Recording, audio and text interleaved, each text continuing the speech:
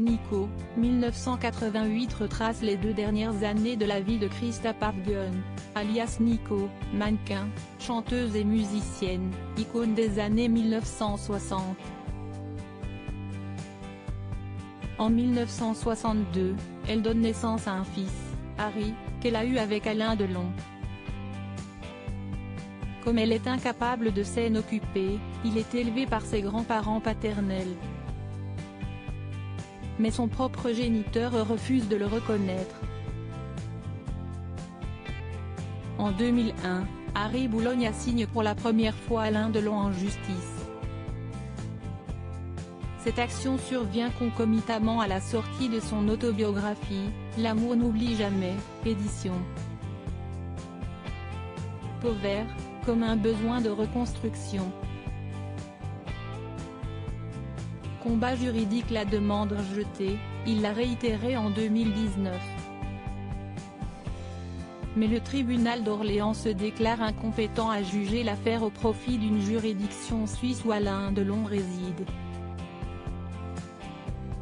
L'avocat d'Harry affirme pourtant que la juridiction française est bien compétente dans cette affaire et dépose, fin 2020, une requête au greffe de la Cour d'appel d'Orléans dans le but de demander une date pour une future audience. Mais le tribunal conclut à l'identique. Curatel. Le dossier pourrait être clos à moins d'une ultime tentative de Michel Guillaume Fleury. Mais par manque d'argent, Harry Boulogne pourrait se voir une fois de plus contraint d'abandonner ses démarches. Aujourd'hui âgé de 58 ans et placé sous curatelle, Harry survit difficilement de son métier de photographe.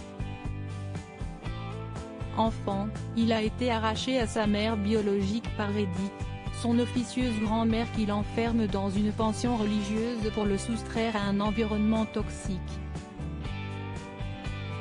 À 16 ans, il fugue pour rejoindre Nico, sa mère.